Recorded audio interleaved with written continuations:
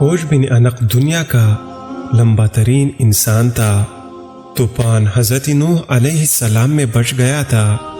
طوفان نوح میں اوش بن انق کے علاوہ کوئی بھی غرق ہونے سے نہ بچ سکا، ماں سوائے جو لوگ کشتی میں حضرت نوح علیہ السلام کے ساتھ سوار تھے۔ اس کی نجات کا سبب یہ تھا کہ حضرت نوح علیہ السلام کو کشتی بنانے کے لیے ساگوان کی لکڑی کی ضرورت تھی، مگر اس کو اٹھا کر لانا ممکن نہ تھا۔ اوش بن انق وہ لکڑی شام سے اٹھا کر لایا تھا۔ اللہ تعالی نے اس کے عمل کو قبول کیا اور اسے غرق ہونے سے نجات دی۔ وادی اعزا جب فرعون کی دریائے نیل میں غرق ہونے کے بعد جب بنی اسرائیل کی قوم کو اس کے ظلم و جبر سے نجات پا گئی تو اس کے کچھ عرصہ بعد اللہ تعالی نے حضرت موسیٰ علیہ السلام کو حکم دیا کہ ملک شام کی سرزمین سے ظالم لوگوں کو نکال دو اور خدا کی راہ میں دشمنوں سے جہاد کرو، اور اپنے قوم میں سے 12 افراد کو 12 قبیلوں پر سردار مقرر کرو تاکہ یہ سب اپنے سرداروں کی تابع رہے اور اللہ کے احکام کی پابندی کرتے رہے۔ پس حضرت موسیٰ علیہ السلام نے ایسا ہی کیا۔ اللہ کے حکم کے مطابق حضرت موسیٰ علیہ السلام اور حضرت ہارون علیہ السلام جہاد کے لیے اپنے سرداروں اور قوم کے ساتھ جب کنعان کے مقام پر پہنچے تو اپنے سرداروں کو حکم دیا کہ وہ ملک شام جا کر وہاں کی ظالم لوگوں کے حالات معلوم کرے۔ جب یہ لوگ وہاں پہنچے اور وہاں کے حالات معلوم کی تو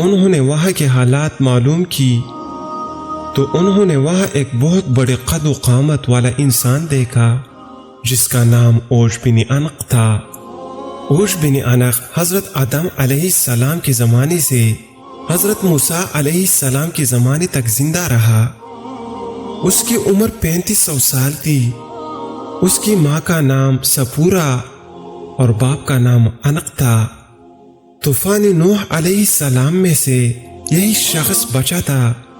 اپنے طویل قد کی وجہ سے یہ شخص سمندر میں کڑا ہوتا تو پانی اس کے ٹخنوں تک ہوتا تھا۔ اوش بن انق سمندر سے مچھلیاں پکڑ کر آسمان کی طرف کرتا، سورج کی تپش سے مچھلیاں بھون کر کھاتا تھا۔ اوش بن انق نے جب ان سرداروں کو دیکھا تو ان سے معلوم کیا کہ تم کہاں سے آئے ہو اور کہاں جا رہے ہو۔ ان سرداروں نے جب اسے اپنا حال بیان کیا تو اس نے ان سب کو پکڑ لیا اور اپنی بیوی کو دکھانے کے لیے لے گیا اور اپنی بیوی سے کہنے لگا، دیکھو یہ سب میرے ساتھ لڑنے کے لیے آئے ہیں۔ یہ کہہ کر انہیں زمین پر رکھ دیا اور انہیں چونٹیوں کی طرح پاؤں سے مسلنے لگا۔ تو اس کی بیوی نے کہا کہ ان کو چھوڑ دو، یہ کمزور اور ناتواں ہے، خود بخود چلے جائیں گے، تجھ کو انہیں مارنے سے کیا فائدہ ہوگا۔ پس یہ سردار ظالموں اور جابروں کی کثرت سے ڈر گئی۔ واپس آ کر انہوں نے ملک شام کی ساری باتیں اور دشمن کی قوت کے بارے میں حضرت موسیٰ علیہ السلام کو گوش گزار کی اور بیان کیا کہ وہاں کے پل بہت بڑے ہیں، اگر ایک دانہ انار نکالے تو آدمی سیر ہو جائے، اور اگر انگور کا ایک دانہ کھایا جائے تو پھر دوسرا دانہ نہ کھایا جائے گا۔ جو نشانیاں اور پھل فروٹ لائی وہ حضرت موسیٰ علیہ السلام کو پیش کر دیے۔ حضرت موسیٰ علیہ السلام نے اپنے سرداروں سے کہا کہ یہ باتیں اپنے قوم کے لوگوں کو مت بتانا کہ دشمن کی قوت کتنی ہے، کیونکہ یہ لوگ تو پہلے ہی بزدل ہیں اور جہاد سے بھاگ جائیں گے۔ حضرت موسیٰ علیہ السلام کے اس حکم پر 12 سرداروں میں سے صرف 2 سردار اپنے وعدے پر قائم رہے، باقی 10 سرداروں نے عہد شکنی کی اور قوم کے لوگوں کو وہاں کا سارا ماجرا اور اوش بن انق کے ہاتھوں پکڑے جانے کا واقعہ بھی بیان کر دیا۔ جب موسیٰ علیہ السلام کی قوم نے یہ سارا واقعہ سنا تو ڈر کر جہاد سے کترانے لگے۔ اور مصر واپس جانے کی تیاری میں لگ گئے۔ حضرت موسیٰ علیہ السلام نے اپنی قوم سے فرمایا، اے لوگو، تم جہاد سے مت گھبراؤ اور جہاد سے مت بھاگو، کیونکہ اللہ تعالیٰ نے وعدہ فرمایا ہے کہ میں تمہیں ان کافروں پر فتح دوں گا۔ تو قوم نے حضرت موسیٰ علیہ السلام کی قوم کے 2 سردار یوشع بن نون اور کالاد بن قطاوہ اپنی وادی پر قائم رہے اور اپنی قوم سے کہنے لگے، اے قوم، ٹھہر جاؤ اور جہاد کرو، اللہ تعالیٰ تم کو فتح دے گا۔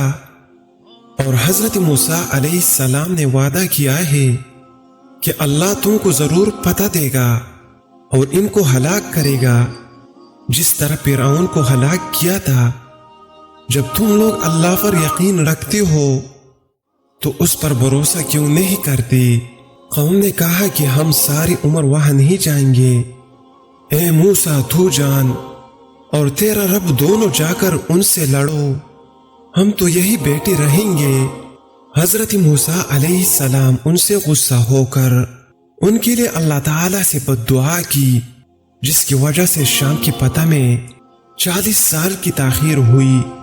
اس مدت میں بنی اسرائیل کے نافرمان لوگ جنگلوں میں بھٹکتے رہے۔ دوسری طرف جب حضرت موسیٰ علیہ السلام ہاتھ میں اپنا عصا لیے حضرت ہارون علیہ السلام کے ہمراہ ملک شام روانہ ہو گئے، حضرت موسیٰ علیہ السلام کی باغی قوم نے بنی اسرائیل نے واپس مصر جانے کا ارادہ کیا۔ تمام رات چلتے رہے، مگر جب صبح ہوئی کہ دیکھا جہاں سے روانہ ہوئی تھی اب تک وہیں پر موجود ہے۔ وہ سمجھے کہ حضرت موسیٰ علیہ السلام کی بد دعا سے یہ حال ہوا ہے۔ تب یوشع بن نون نے ان سے کہا کہ اس میدان میں ٹھہر جاؤ اور صبر کرو اور استغفار پڑھو جب تک حضرت موسیٰ علیہ السلام شام فتح کر کے واپس نہ آ جائے۔ بنی اسرائیل کی قوم کے 6 لاکھ افراد حضرت موسیٰ علیہ السلام کی بد دعا سے 40 سال تک اس جگہ سے نہ نکل سکے۔ اس جگہ کا نام تیا ہے، جو فلسطین، اردن اور مصر کے درمیان ایک میدانی علاقہ ہے۔ غرض کہ حضرت موسیٰ علیہ السلام جب اوج بن عنق کے شہر کے نزدیک پہنچے تو لوگوں کی ہیبتناک شکل دیکھ کر ڈرے اور اللہ تعالیٰ کی مدد مانگ کر آگے بڑھے۔ جب اوج بن عنق نے ان کو دیکھا تو چاہا کہ پکڑ کر چونٹی کی طرح مسلے اور کہنے لگا کہ تو بنی اسرائیل کا وہ سردار ہے جس نے فرعون کو اس کی فوج کے ساتھ دریائے نیل میں غرق کر دیا تھا۔ یہ کہہ کر اس نے حضرت موسیٰ علیہ السلام پر حملہ کر دیا۔ حضرت موسیٰ علیہ السلام کا قد 70 فٹ تھا۔ انہوں نے 70 فٹ اچھل کر اپنا عصا، جو کہ حضرت موسیٰ علیہ السلام کے قد کے برابر تھا، اوج بن عنق کے ٹخنے پر مارا، جس سے وہ گر کر ہلاک ہو گیا۔ کہا جاتا ہے کہ اوج بن عنق کی لاش 40 سال تک وہاں پر پڑی رہی۔ اس عرصہ میں اس کا جسم گل گیا اور صرف ڈانچہ رہ گیا۔ جب حضرت موسیٰ علیہ السلام اور حضرت ہارون علیہ السلام جہاد سے سرخرو ہو کر واپس لوٹے تو اس کے ڈانچے کو اٹھا کر دریائے نیل پر رکھ دیا، اور ایک عرصے تک وہ ڈانچہ دریائے نیل پر پھول کا کام دیتا رہا۔